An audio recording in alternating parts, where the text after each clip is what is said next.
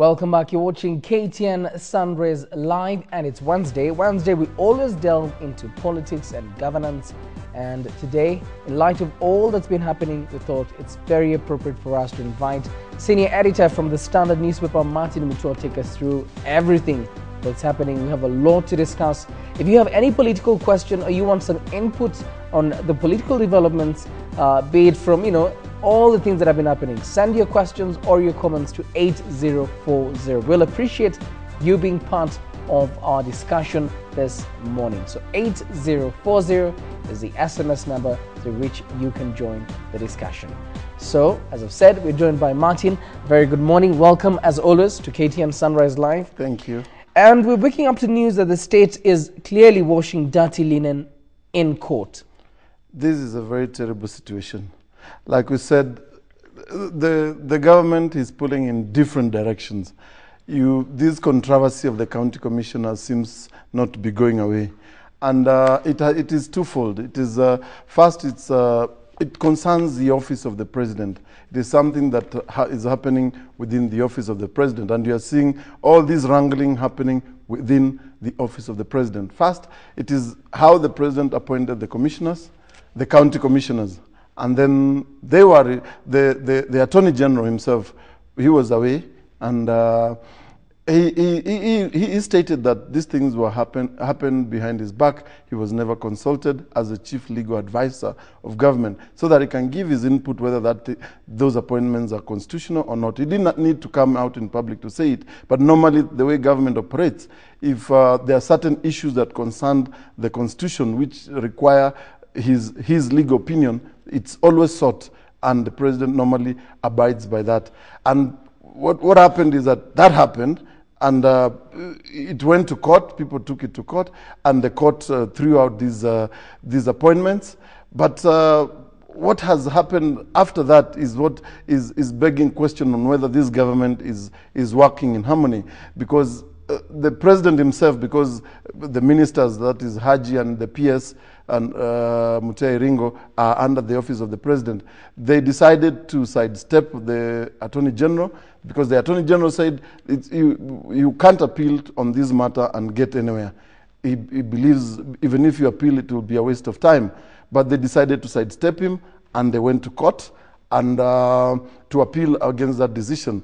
But yesterday in court, they met there, the Attorney General and Haji. So the Attorney General says we will comply with that order, but Haji and his PS, they are saying no, we are going to appeal because we think there's an appeal. But the question here is, who has the final say on this matter? The Attorney General is the chief legal advisor of government. All these government ministries, whenever they do something, they always have to seek the opinion of the Attorney General. It is important. That's why he's the chief legal advisor of government. So it begs the question, if President Kibaki does not have confidence in his Attorney General whom he has appointed, why keep him there? Why do you need him there if you can't listen to his legal advice? This shows how this grand coalition government is operating in a very haphazard manner. It shows that you can have one, it's like they want to have their cake and eat it. You cannot do this. You cannot. Nowhere in the world you'll have a system operating like this. That's why I've always told you this grand coalition is a mess. It's a mess we never needed. And the intro on this story just puts it as it is. The fact that just a few months before it lapses, the grand coalition has lived up to its billing. The fact that it would just be this shamble, divided. But now it's not just the grand coalition and the so-called parties' principles. It's within the president's party that you're seeing this. All of these people are within the president's quarters, and now these differences are emerging. What does this tell us? It tells us that the government is not coordinating properly. It shows there are a lot of political shenanigans that are happening within the same office of the president. And this is not good for government, especially the office of the president is the image of the country. It is the image that needs to be projected in a proper way and offer direction.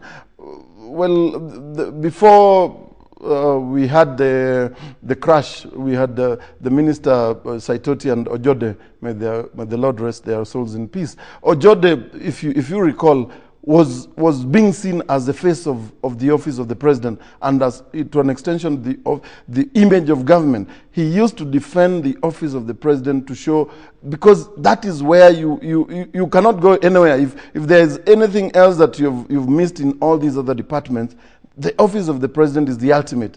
And if we have the office of the president not showing leadership, not showing proper guidance, then it seems this government is lost.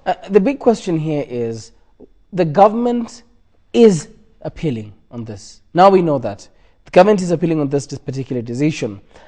Do the PSs have the right to appeal on behalf of the government? Yet the chief legal advisor of the government has refrained from this. On what grounds are they appealing? Representing whom? If they are appealing, maybe they have personal interests. It begs the question that maybe there's something sinister that is going on within the office of the president, such that these two the mandarins within the office of the president are showing for sure that they have personal interest in the appointment of this commission. Are they going to appeal on their personal capacity? That is what the judge even was questioning yesterday. He was asking the PS whether he has personal interest outside this matter, because as things stand, when you go to court on a matter of the state, it is the Attorney General who represents government. Exactly. It is not the Permanent Secretary, it is not the Deputy Secretary, it is not the Minister himself, it is the Attorney General who represents government. And this does not augur well with the office of the President. That's why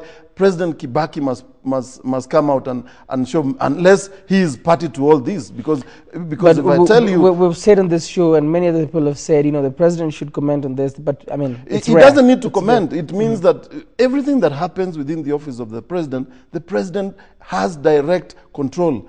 You cannot do anything within the office of the president without the direction of the president, because so who's you are working and you are at the pleasure of the president. It cannot be any other way. That is the office of the president, and the president is in charge. The buck stops with him.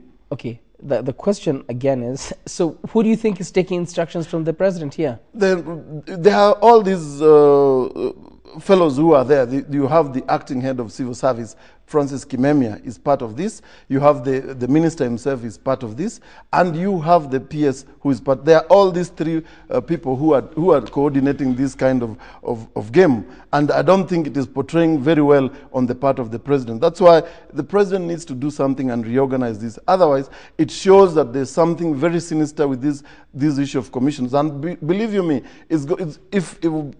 it has no chance of success, even that appeal. And when it's thrown out on appeal, how will the office of the president look like? Because it will have shown that there was personal interest within some mandarins within the office of the president. But when it fails, the president is the one who will have the egg on his face. So it will not look very good. And it's something that needs to be sorted out once and for all. Martin, as we speak, what's the true picture on the ground? Are these county commissioners still in office, or have some left, or are all of them still in office? The PS, if you remember when they were doing the induction course, he told them to stay put and ignore the court order. But where are they now? They are already in office. They are there. They are the ones occupying the offices that used to be occupied by the district commissioners. Are they comfortable knowing that this is a very national matter, and these are people that they might need to work with in future, yet they're not getting any goodwill from most of the public who don't believe they should be there, since the court has said they shouldn't? I can't blame those commissioners. They have been given a job they have been directed from the office of the president. I don't think they have much choice. If you know the way government operates, is that these are people who have been given appointments. They have been appointed and taken to those offices. It is not their fault unless they receive a different instruction from the office of the president. They can't act otherwise. They have been given office space, they have been given residential houses to stay in, and they have been given the leeway to operate. But they've been given a court order telling them that they should not be there. The supreme law, that court law of the land is been served on the office of the president. It's not on those commissioners on the ground. They are innocent. Believe me, they are innocent. Although you could argue that you should not follow a law that does not make sense. But they have been given a job and they're operating. The people we need to hold responsible are the people the technical officers and the characters at the office of the president, starting with the head of civil service, the minister, the acting minister, and if all these people do not understand what is happening, then we must move as notch higher and put this thing right on the doors of the president himself. And of course, at the heart of this is, who are these people? Where did they come from? What is the basis of how they were chosen?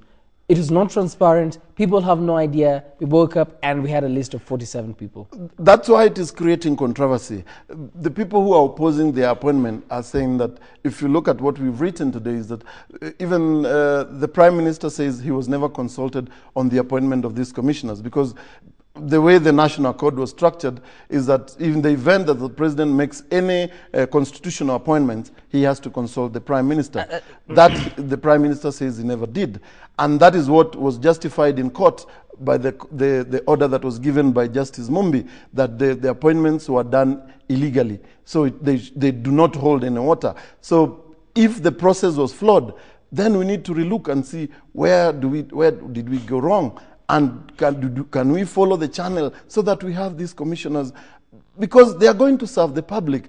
If they, like you said, if we have commissioners whom the public do not have confidence in, and there's wrangling about their appointments, and we are heading to a general election, and the fear of those who oppose to their appointment is that these people have been brought there to be able to manipulate the coming elections. That is the argument that has been going there. Why can't we do the right thing so that we avoid these pitfalls before the hit us ahead? And it's very clear for us just to look at this. First of all, the Prime Minister not consulted. The Attorney General has clearly said, I was not consulted. The Justice Minister, same thing, saying respect the court order. And where this story goes next is just, we don't know. And even a judge saying that it's unconstitutional. The list failed on many issues, including the one-third gender rule. You wonder. That's what we're saying. We have a new constitution. We have a new constitutional dispensation. If we want to create confidence and trust in the way we manage the affairs of this country, we must ensure we respect our institutions. We must ensure that we move towards the old order and move into the new order by ensuring that whatever we do must be within the law. Okay, they are within the law to have appealed against that order. They are still within the law. But in what way are they within the law? You have sidestepped the Attorney General. You have ignored what your Justice Minister has told you, and you are now even ignoring what the court is telling you. What are we saying? We are showing people that, for sure, even our justice system, which we are trying to create confidence in, the same government is the one trying to subvert the justice system. This does not augur well in terms of the management of our affairs. And time has now come that we need to ensure that these things do not happen. And it is up to the president, because I've told you, this is not happening anywhere else. It is happening within the office of the president. Who is the president? The president is Mwai Kibaki. He is the person we must make him to account. And after all, that's why you've seen all these things that are happening. We need to have a proper structure of government. Right now, we only have an acting minister in the office of internal security. That is not an office that requires actors. It is an office that is more serious, very critical. It deals with the internal security of this country. Of an entire country. Yes. Yeah. Why can't the president put a substantive minister there? But the acting minister is probably the only person that I've seen clearly coming out of government saying that these guys need to be there. But the acting minister himself is a former provincial administrator. I mean, we cannot read into his motives. You can know what has informed his decision. But do you think this could have played a role? Well, I believe me, I don't think Haji is acting alone. He does not. He might even be clueless on the games that are going on in there, because this, I think, for me, is beyond him. So it is him is just a pawn on the chessboard. He does not know what is happening in there. What we are saying is that have a substantive minister who will offer direction in that ministry, so that we stop all these games that are going on in that ministry, and we have a proper structure of government. The president cannot escape this. This is a matter that deals with him directly, and it is him to be blamed. Well, Martin, we want to move on to another issue, but remember, viewers at home, we want to welcome your thoughts on that first talking point that we have this morning. The county commissioners, one arm of government saying, in fact, within the same arm of government, one section saying, we should not have these guys there, we should not appeal, they should be sent home until this thing is reviewed. Then another section saying, we're going to appeal, these guys should be there. What's your take? 8040 is the number through which you can send us your SMSs. If you have questions for Martin, send them. I can see quite a number of SMSs so far, but first we'll be going to the next topic before we get to those SMSs. Now, this is the elephant in the room. I mean, I don't know what to call this. It's entertaining for some people. It is annoying for some people. It is everything, you know. It seems credible on one arm. It seems not very trustworthy on the other. It seems like a joke, yet it seems so serious. What's your take on this whole Miguna Miguna debacle? Well, I've told you, you can see the kind of government we have. It pulls in different directions, and it's amazing. What I'm sure on this show, when we had it some time back, I told you this is an experiment we should never have again in this country. This grand whole coalition was a mess. It's a mess from the start, and it's a mess now. It should never ever happen, visit again in this country. We need a government that is properly structured, that works. You can see what is happening now. This is almost like history repeating itself. Yeah. The first time it was John Githongo in the president's office who exposed what was the ongoings in there. Now it is Miguna exposing on the other side in the co-principal's office, the prime minister, what is happening inside there. First, it shows you how uncoordinated things are. And we cannot now be trying to feel very sorry for what is happening at the prime minister's office. Yet when it happened in the president's office, most people are celebrating and adding more fire. I mean, it must be treated in equal measure. What Githongo did is similar to what Miguna has done. And when we are analyzing these things, we need to put them on the same scale. We should not employ double standards. No double standards, yeah. We should not employ double standards. If there is corruption in the office of the president that has been exposed, and it is being dealt with in a particular manner, and there is corruption in the prime minister's office, it should also receive the same weight. But now this begs the question: do we have this kind of systems whereby you have aides who have worked with you, people whom you believe in, and then all of a sudden they turn against you? Is this the kind of system that we want to nurture and cherish in terms of our governance of system? I don't think that's the way to go. If there are things that needs to be done, we need to approach them from a different perspective. In terms of if there are issues that deal with corruption first, we have the government itself or parliament has told this issue of having an anti-corruption that deals with matters of graft. We don't have a serious anti-corruption team in office that would deal with matters of corruption. First, that there is staff for that department, and for now you can't even know where it is. Appointments were made, but they have already stalled in court. We don't know how it is happening. So matters of corruption must not be, it's not an issue to negotiate about. If there's graft in the office of the president, graft in the office of the prime minister, graft in the office of the vice president, or graft in any government ministry, it must be dealt with equal measure, not with the use of any double standards. And that sounds very fair. But I don't want to go away from this issue. I want us to take some time and really look at the, should I say, from a very sober point of view in this particular issue. You've had Miguna Miguna, who of course was a very senior advisor to the Prime Minister, coming out with this allegations in a very dramatic way, in a book, out in public, holding a press conference. Was that the best channel to use? Well, I think I wouldn't say so, but to me, what could have precipitated what Miguna did, I think, was as a result of falling out with the Prime Minister.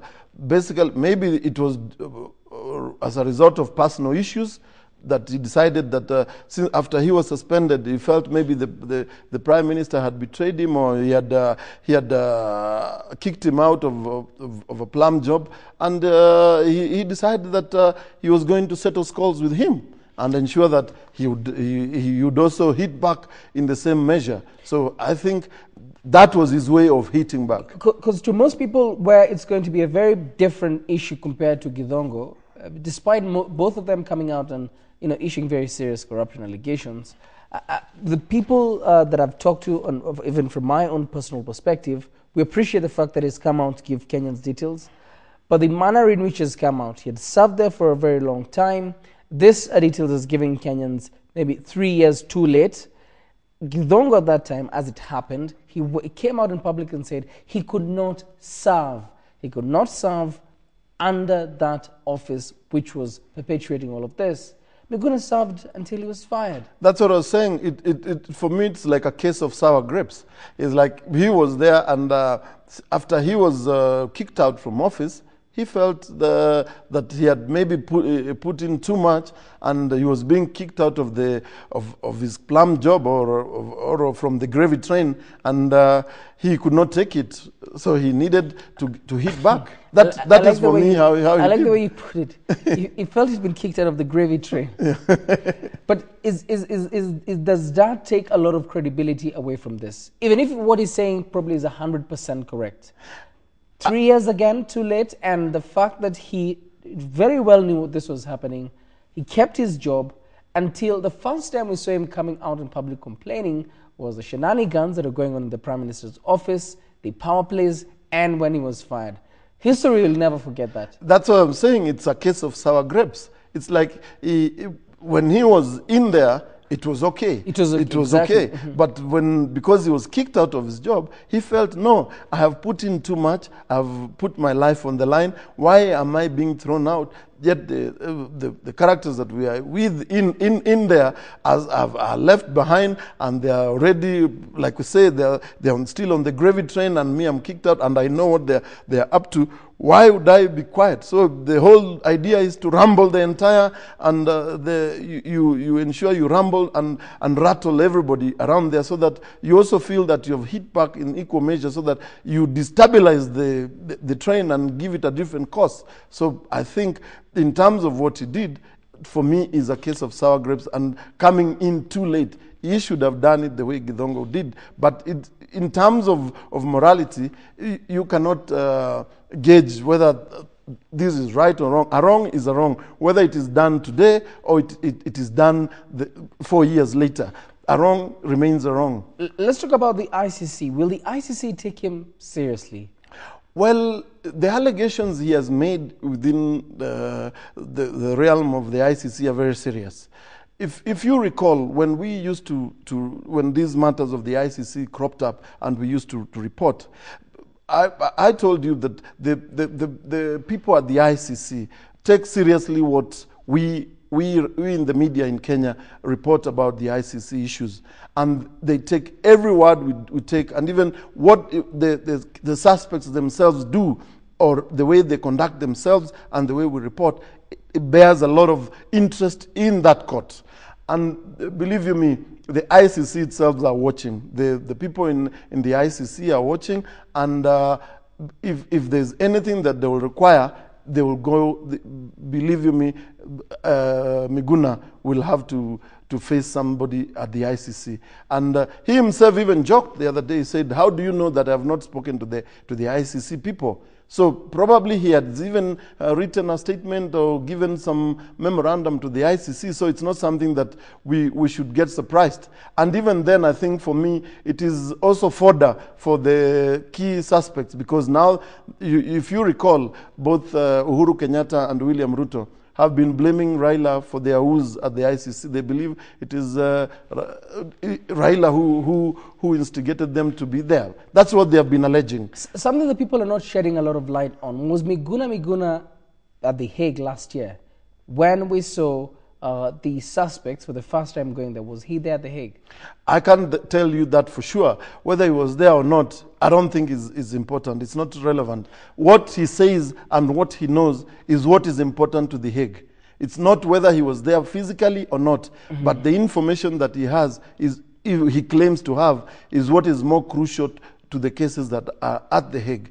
Whether he's there physically or not, it's not. No, it's I'm a not question talking of about here or now. not there. I'm not talking about now. I'm talking about the historical context, because I would imagine if he was there last year, wouldn't they wonder why he didn't give it them and decides to give it to them now? Maybe he never disclosed then. If he, like I said, he was still within the office of the Prime Minister. He was enjoying all the trappings of power. He was having all his good time. So why would he now? Why would he have gone ahead and spoken about his boss when he, for sure, he was enjoying all these trappings of power? So, like I said, the case of sour grapes is out and he's been kicked out. He feels obligated now to hit back, and the way he feels better to hit back is by revealing all this in a book. But believe you me, since he has stated himself that he has information bearing on matters of the ICC, trust me, the ICC will not sit back and watch and keep quiet. They will definitely come at him and find out. And that's why I was objecting to this I'm objecting to the idea of the Director of Public Prosecution pretending that he can summon Miguna to record issues with regard to the ICC. Kenya is not investigating matters to do. There's no tribunal here that is dealing with the matters of the ICC. It has nothing to do with, even since it's 4 years down the line, we've only saw one conviction the other day, but we've had a lot of all these injustices that took place during that time, and we haven't seen anybody being tried in court, except the only one that happened in Nakuru the other day. So the DPP cannot now pretend to summon Miguna to give evidence about the ICC. But okay, on this one, I agree with Miguna. If he has information, he needs to be protected as a witness, because we have the witness protection law. He needs to be protected as a witness of the ICC so that he can give that information to the ICC. But they can't pretend now to want to summon. This is just a smoke screen. Martin, I like the way that you put it. You're very objective, but I think they would really not consider him as a prime witness who goes out in public to a press conference, first of all, that he has evidence. Then they come looking for him to protect him. If he was serious about it, he'd have gone straight there. I mean, that's pretty obvious. He would not have waited to launch a book and then, in the stupendor of it all, standing in front of glaring cameras, announce to a whole country that he has evidence. But they will not probably take him seriously. In the book, in my understanding, is that he has not talked about the ICC issue. Yeah. He just said it in the press conference. So the fact that he has stated that he has information, he needed to be safeguarded so that he's taken to the Hague. But he was not safeguarding himself by announcing it in front of give that information, because the case is at the Hague. We don't have a case here in Kenya. Martin, let's be honest about this. Was he safeguarding himself, standing in front of a whole country saying, "Come, baby, come"? Nobody's looking for him, but he's calling everybody, "Come, baby, come." No, the "come, baby, come" business, the way I understood it, was directed at the people he has mentioned in the book to take him to court. To take him to court, saying that he had all the information that could send everybody to the Hague. It seems like a joke. He's even belittling the Hague process by announcing it in a press conference in a ballroom. Yeah, I agree. I'm not entirely. I don't take everything that is said as gospel truth. But in the issue of ICC, I would want to believe that if he has any information, the best way to do it is to have it dealt with at the Hague. And that is the best place he can take that information. You can't pretend to take that information from here. Where will the DPP take that information if it contains people who have a case at the Hague? It will not serve any purpose here. Martin, you're by far a more experienced journalist than I am. I mean, you have a lot of information as to how these things play out. Do you think this is going to become one of those things, like there are tours and so on and so forth, people just very catchy for a while, but people will just remember like a circus that entertained them? It was nice. Miguna was this guy who really entertained us, and they all forget about it?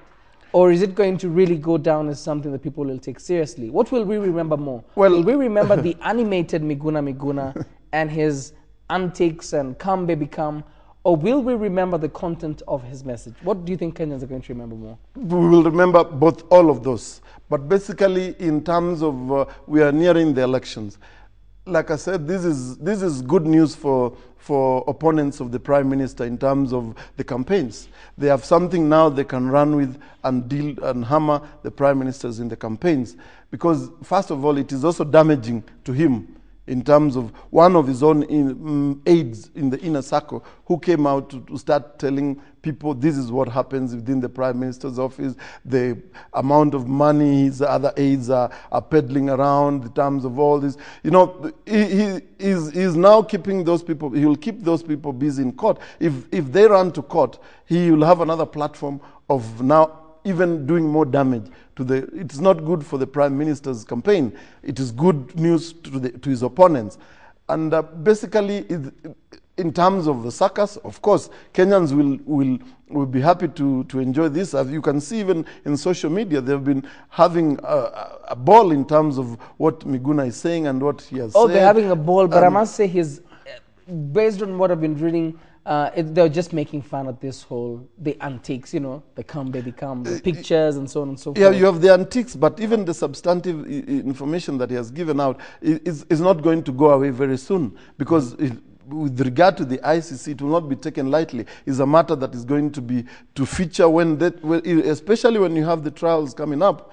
It's a matter that is going to feature, like I told you, because the suspects who are there are saying, I've accused the Prime Minister of being behind them. They will use this information at the court to tell the people, of course, you see, we were saying this, but it has even now come out from his own aide. He needs to come here and testify. So, for sure, Miguna is a potential witness at the ICC for this case. So he's not going to go away very soon, believe you me.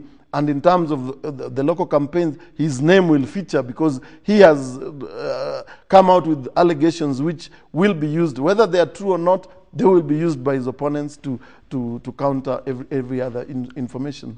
By the time the news, you were going to press yesterday and the TV bulletins were being read out, it was not really clear what was happening to Miguna, where he was.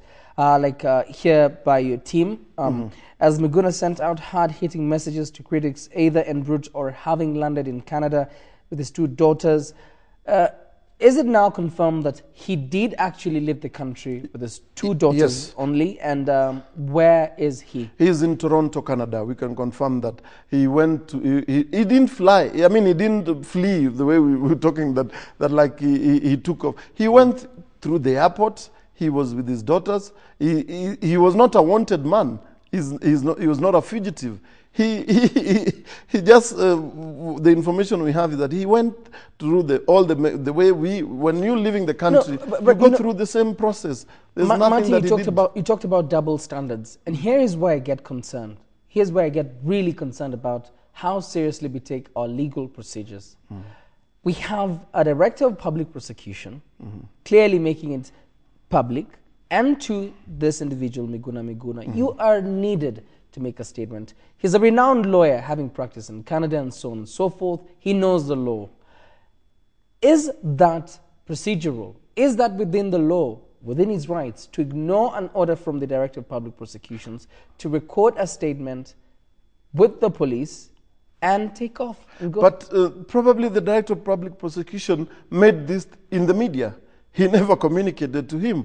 Believe you me, if he had sent summons to Miguna, maybe Miguna would have honored them. But what happened is the Director of Public Prosecution just made an announcement through the media. I don't think he summoned him to his office, or he summoned any investigators to go there. I don't think that is what happened. He summoned the police. He communicated the police commissioner to effect the same. Where was he, even if there was an order to be issued? He was on his way to Canada. So I don't think, it's just a few hours after that. Was he supposed to wait for the government to summon him? He had not done anything wrong, according to him. That's why I'm telling you how this government operates is the worst thing we'll ever have. If there was an issue with Miguna, they know where he lives. They know where he stays. The house is they would have gone there. Miguna did not just evaporate. He went even through the airport. There are police officers there. There are immigration officials there.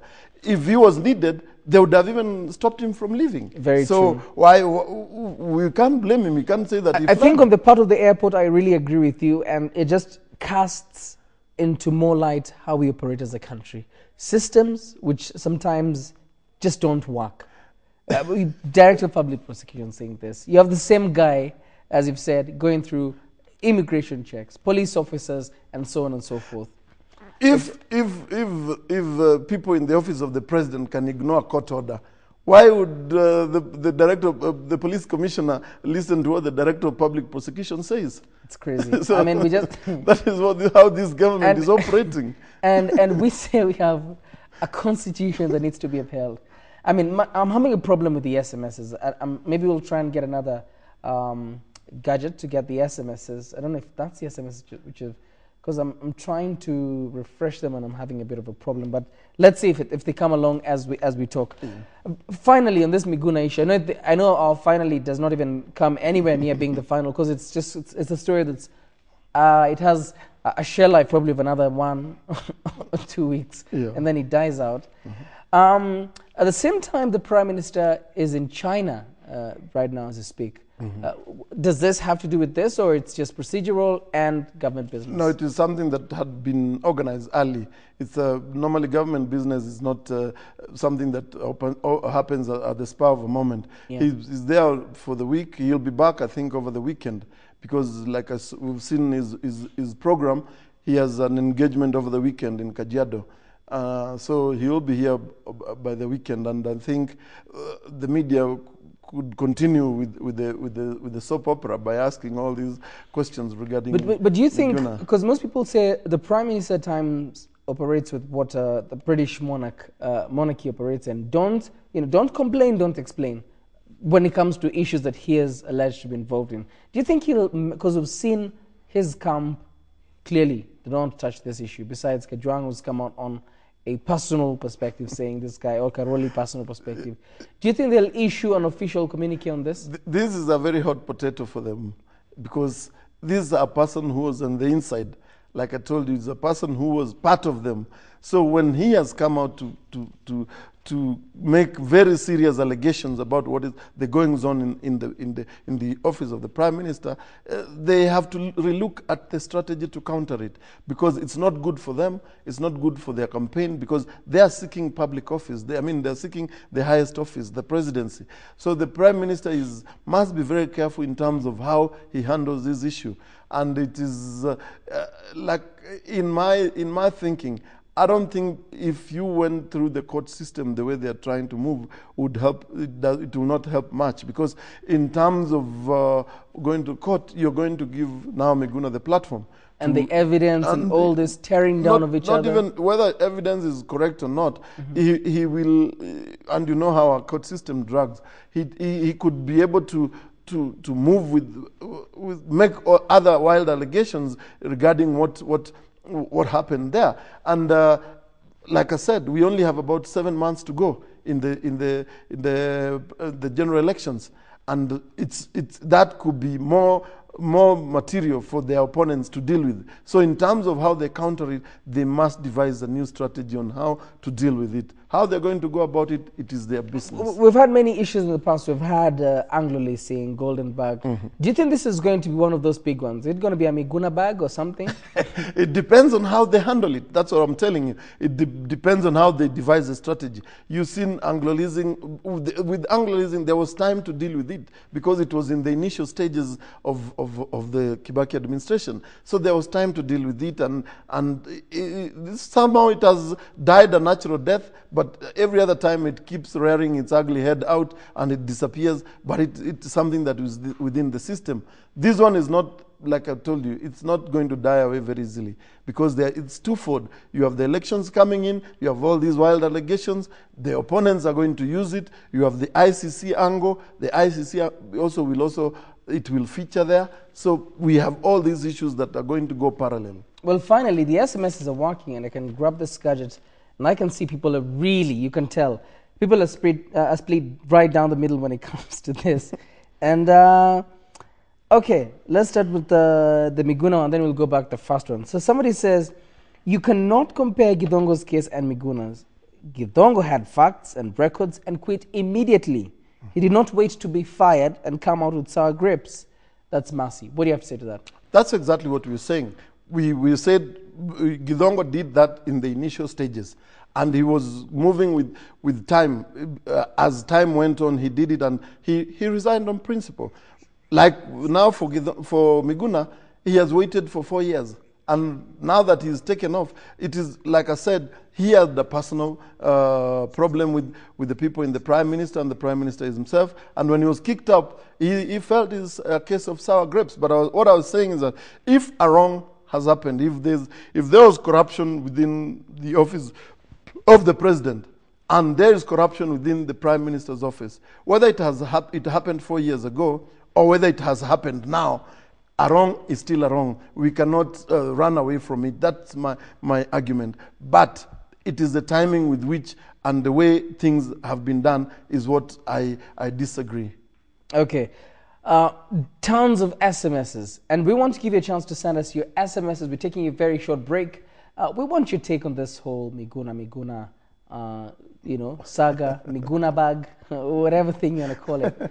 We want your take on 8040. That's the SMS line through which you can reach us here in studio. For those of you just joining us, let's recap where we are. We're talking about Politics 2012, and our second talking point this morning is all about the Miguna Miguna debacle and what's been happening, and how this ball has been rolling ever since he launched that book and had this very, very publicized press conference when he was launching the book. And we were at a point where we were discussing the SMSs, and I want to go straight back to them. I'll start with one. Politics 2012. Double standards. Remember Honorable Jacoyo's sermon versus Miguna's? This is pure project and propaganda. The media focused on Jacoyo Midiwa's sermon. He went and recorded a statement. Why should Miguna be treated differently? Well, the onus is on the police. If they felt that they needed to summon him and for him to record a statement, they should have done so. They didn't need to tell people in the media that they need to record it. After all, if the police feel that they have a case with somebody, they do not need to trumpet it out and say, this is what we want to do with you. Go to the person you need to record a statement. Record the statement from him. But we know very well that an instruction from the deputy... I mean, let's be very honest about this, Martin. Despite whichever side of this discussion somebody lies, we have laws in this country. An order from the DPP to the police commissioner to get somebody to record a statement doesn't end to itself. It is done. No. For Jacoyo Midiwa's, this viewer says, it happened. He was waited for when he came from South Africa, went and recorded the statement. He said he would fully comply. What Miguna said clearly, even before they came for him, he just rubbished all of our institutions, anti-corruption, the DPP, and so on and so forth, and walked away out of this country. Would you say those are double standards? Because clearly he's gone without recording any statement, and that's a fact. You can't put it double standards. We can just say it is the way our institutions operate. I mean, if the onus was on the people who had those institutions, if they felt that they needed to have Miguna record a statement, they have all the machinery. Then, like I said, they know where Miguna lives. They know where he stays. I mean, where he goes. They would have summoned him to go and do that. He says he's gone away. Let's wait for him to come back and see whether they will still record that statement, and of what benefit it will be to the justice system, if at all it will have any benefit. That is determined within the justice system. But so it is an up order to them. Is an order. It is up to them to have their machinery operate. If we cannot come and justify or sanitize the inefficiencies within the institutions we have, it is up to those institutions to operate. If an order has been given and it is within the law, then those who are supposed to execute it should be the ones to be blamed. If the police didn't do it, there's nothing we can do. We can't get out of here and push the police to do it. It is up to them. And somebody says about, people saying that it should be a witness. Somebody simply saying, post-election violence witnesses are in safety, being protected by the ICC. Why didn't he go for all those years to the ICC to report and seek protection? That's what I was saying. For me, it is a case of sour grapes. I will repeat this over and over again. When he was there, Because if he had that information that took place within 2007 and he has been holding it for the past 4 years, he ought to have disclosed that information when these cases started. So it is, for me, believe you me, if he had not been kicked out by the Prime Minister, I don't think he will be talking the way he's talking right now. He will still be within the comfort zones of the PM's office, and he would have continued doing his business as usual. That's why, for me, this is a case of sour grapes. He's been thrown out of the gravy train, and this, for him, is the best way to hit back. And somebody says, as Martin Mutua says, he should have been treated as a witness and put under protection. And then somebody else, if he cared about justice, he would have taken action 4 years ago. Exactly. Not now that he was sacked. That just proves that he's self-centered, doesn't have Kenya at heart. That's Humphrey. And then very other harsh ones, which for the sake of this being a morning breakfast show, I won't even dare read them. Somebody says he could actually be part of the rot in the system, an opportunist. What good has he done for Kenya? Has he also written about his bad deals and his shortcomings in terms of being part of the system? Do you think he would, it would be foolish for someone to do that, but do you think he would ever consider writing about his own particular days in government and what he did? No, his own wrong decisions. Because in the book, he doesn't mention any wrong decision other than saying that he waited too long. That's why the other school of thought comes out to state that it's interesting that it's only him who is sitting back and judging other people. We don't know what he also has about done, him, yeah. what happened within the system. Maybe those who worked with him will need to tell us what kind of person he was, what he did. But coming out of this, it will be very difficult to get a sober terms of judgment on who the character Miguna is, because you never know. The people who also have been hit could try to hit harder and even try to portray him in extremely negative ways. So it will be extremely difficult to judge the character of Miguna from now. But you also want to know what wrongs he also committed in there, if at all he did any wrongs. And that's the kind of suckers we are going to be treated with in the next few days. Something else that I'll ask you. I mean, watching, like any other Kenyans been watching, I was him, giving the press conference and so on and so forth. Do you think some people are of the school of thought that all he cares about is the sales of his book? He saved his anger for that particular day when he was launching his book officially to say all these things. Do you think this is part of the promotional sort of gigs that musicians do, like across the world? You see people doing strange things, over the top things, just when they have to sell an album or a book and so on and so forth. Would you equate that to what he's doing? Well, I think in terms of why the timing and even why he has produced this book, he felt maybe this is the right way to hit harder on his boss, on his former boss, so that he could even get the maximum benefit out of it.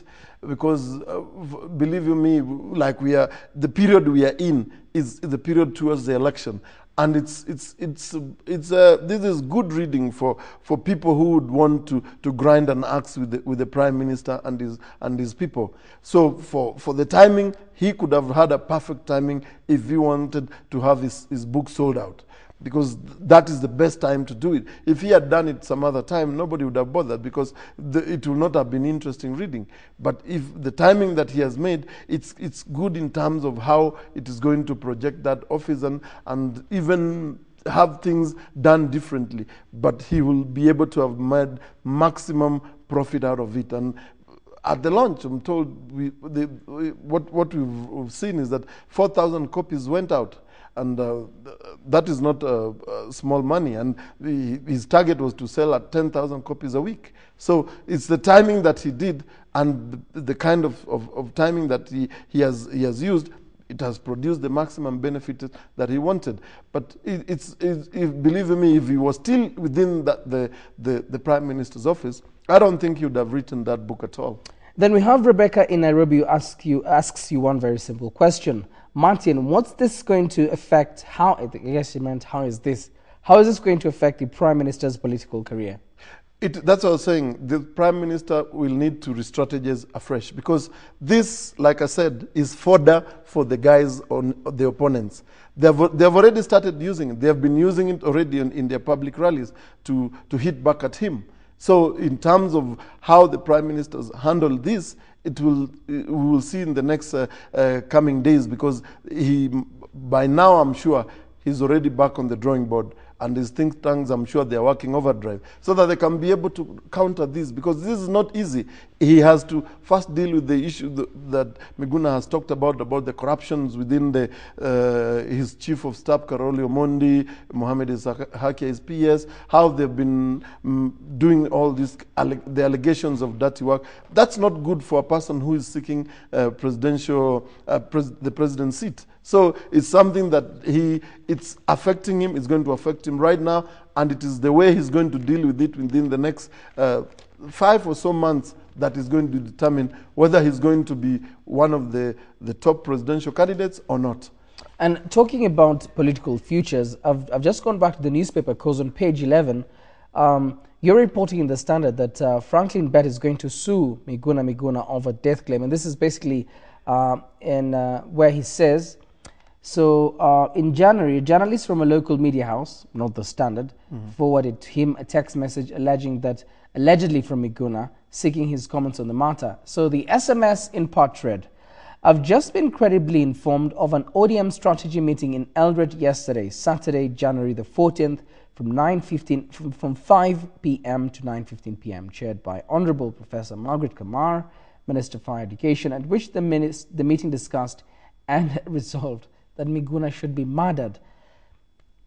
The level of, I must say, the level of bravado that accompanies this, and just throwing out all this to the press. He does not say that he went to the police over this.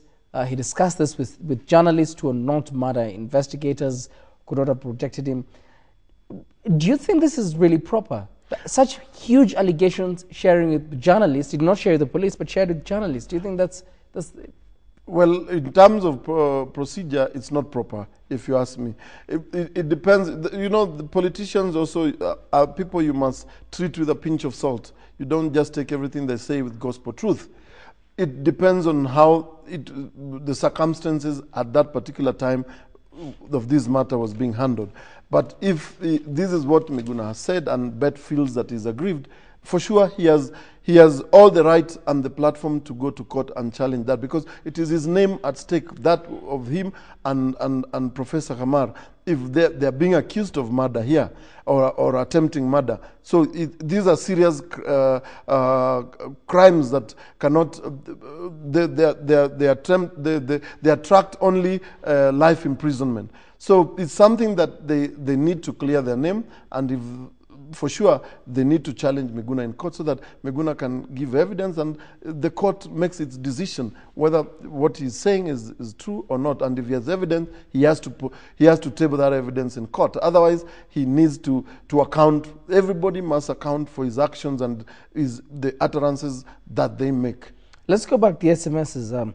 Miguna, this is according to a viewer. Of course, I'm not sure she'd be able to know this, but she speculates.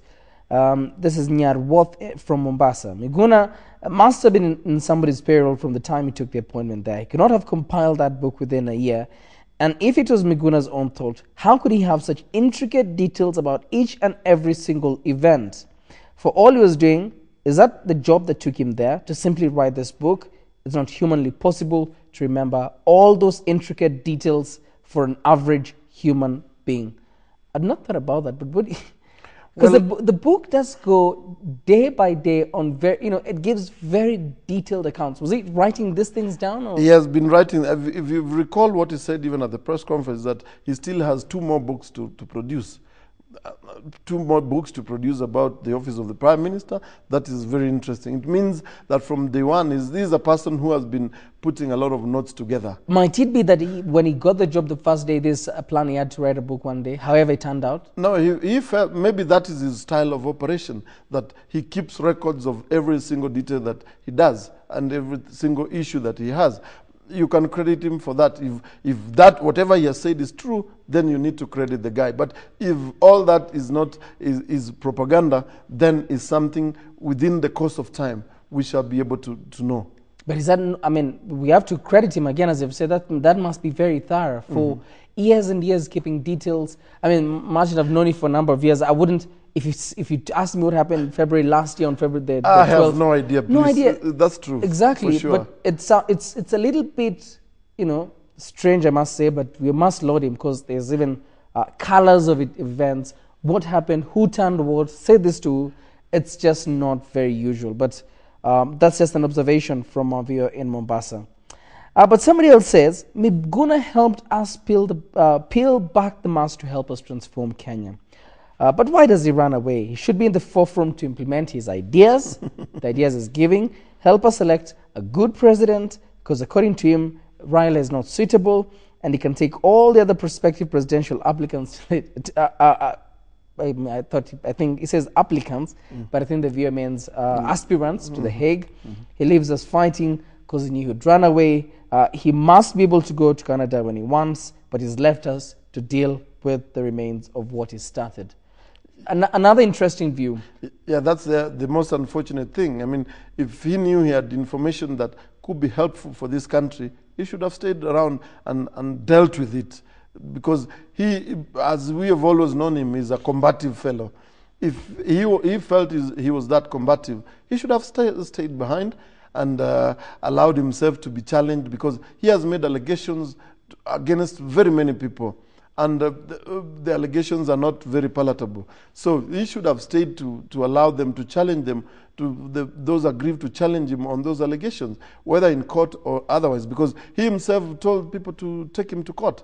And those people have made that good threat to take him to court. But he's nowhere inside. So it's not fair for him also to have fled. And also the fact that, I mean, I have no right to have an opinion on this, but I'll simply say based on observations. He still has family. In Nyando, you saw what happened there yesterday. Probably they're not able to take off to Canada or wherever else in the world like he is, but they are also affected by this same thing. Because people are saying, you're part of Miguna Miguna's kin. That is where we go wrong. First, I think, with all due respect, I would castigate the Member of Parliament for Nyando, that Fred Outa. What he did yesterday is not what any leader should do, what his soul should do. You don't have this kind of situation, and then you now round up all your hooligans and your cronies and your supporters and start demonstrating in a village. Of what benefit is it? You're only inciting your people against the family of that particular individual. I mean, Miguna's brother, Miguna's sister, Miguna's mother, whoever they are at the village, have nothing to do with Miguna's book, have nothing to do with me. Maybe even Miguna does not even help them, does not even send a coin to them. Those are people who live in their own lives. Why do you want to incite a whole constituency, a whole village against very innocent people? Take Miguna head on, deal with Miguna. Forget about dealing with inciting people to violence, to start turning the tirades against the family. That is not fair. If you ask me, if anything happens to the family of Miguna, that MP, Fred Outa, should be held responsible. Because he has already cast the first stone. It is not fair. You should not do that kind of thing. We are moving away from that kind of leadership. We do not need to be taking that particular route. Those people are innocent. If I do something wrong, I don't expect anybody to go following my mother or my wife or my children. They have nothing to do with that. Exactly. Deal with me. Forget about all these other. And if we, graduate from that kind of thinking, then we are going to move this country forward. But we should not allow these kind of things to happen. Even the people who are being incited to do that kind of thing, they should not allow themselves to get into that kind of circus. Martin, I agree with you, and every Kenyan would agree with you that it's just not right. Somebody should not, get the flag for somebody else. Everybody, exactly. Miguna Miguna is an adult by all means, and it's not right to do that.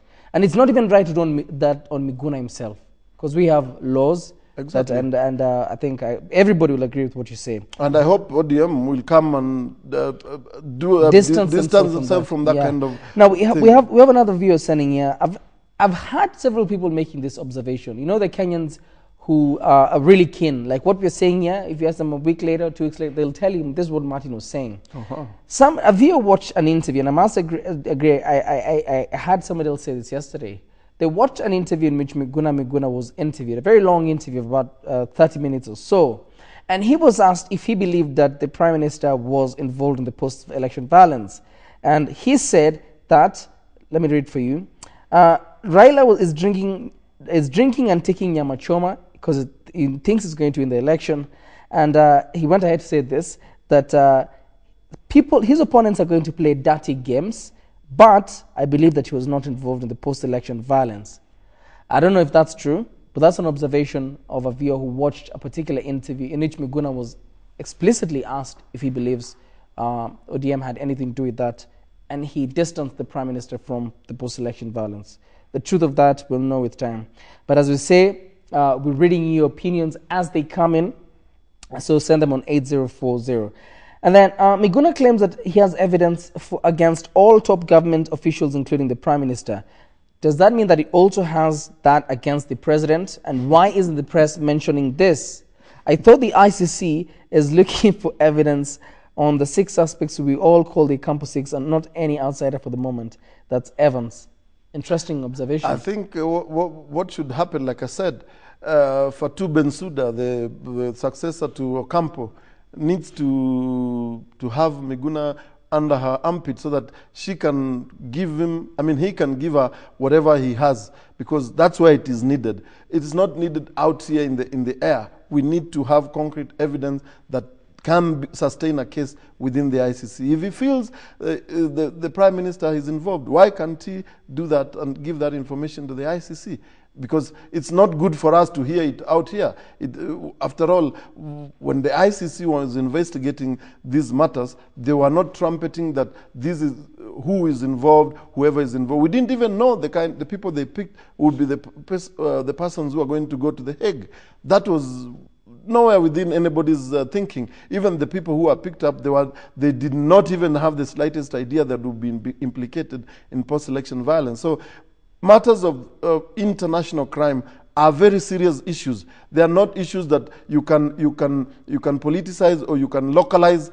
They are issues that border on very serious international matters, and they affect the international community. So it's not an issue that you can play around with. So if you feel that you have the evidence that befits a case that can be tried at the International Criminal Court, the place to have that matter dealt with is at that court. It's not within the issue of to come and trumpet it in a press conference or in a public rally or at a funeral. Martin, the interesting observations, Kenyans are really smart people. And it amazes me the kind of SMSs that we get. If you gave me 20 days think of this, I would never think of it. But this is what one viewer says. If Miguna had the time to record all that he recorded, why didn't he take a camera? Why didn't he take a video camera and record all of that, the way we saw Gidongo taking a tape recorder and recording some of those leaders? Where's the hard evidence? Should have come out with some of this or even pictures in his book. We've seen none of that. Interesting. That's what I was saying. If he managed to do what he did, and he kept all that record, then we will credit him for that. But if that is just propaganda, we will know in the course of time. But in terms of his operations, we will need to know whether that for sure he recorded all those things and he put all that on pen to paper, because most Kenyans would never take anything, whatever you're saying now, and have it even to deliberate about it the next day, because they will have forgotten. So whether he kept track on all these, for me, I believe the timing for now, 4 years later, he's just doing it because of sour grapes. He's been removed. And if he was still there, he would still not have written this book. Maybe he would have written something else after 5 years. If he was still there, he could have written something different, maybe praising the Prime Minister or something like that. Okay, and then you have, like by now, we have SMSs that really hate what this guy did, and some really love it. They're calling him a hero. He should be declared a national hero. Some are saying this guy is petty and so on and so forth. Some we can't even read here. But let me look for one sober one. Please keep the SMSs if you can, very balanced. Even if you're taking one side, just make them very civil. No need to really get emotional about this. I'm trying to get one that does not. Okay, Miguna might be right. Who knows? Maybe he was kicked out because he refused to be part of corruption.